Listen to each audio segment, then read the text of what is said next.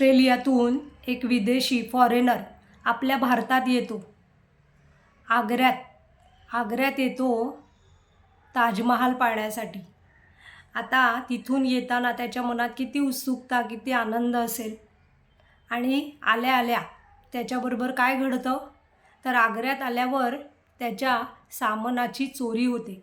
त्याची बॅग चोरी होते आणि त्या बॅगेत असते पासपोर्ट, काही रोख रक्कम, मोबाईल, जो आज खूप गरजेचा आहे.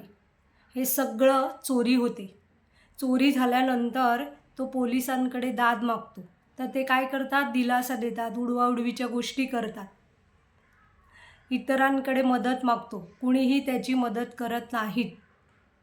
किती लज्जास्पद गोष्ट आहे की विदेशातून पर्यटक आपल्याकडे फिरण्यासाठी येतात, तर काय होते, त्यांची चोरी होते. आता अशामध्ये तो काय करणार, तर वीटभट्टीवर जातो आणि विटा वाहतो. का, तर आपल्या देशात परत जाण्यासाठी पैसे तर हवेच.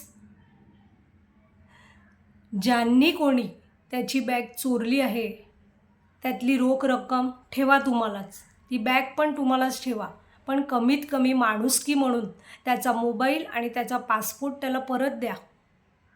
अहो, असं पण आपली लाज विश्वगुरूंनी घालवलीच आहे. आता उरलेली हे असे सगळे पराक्रम करून तुम्ही देशाची लाज का घालवताय?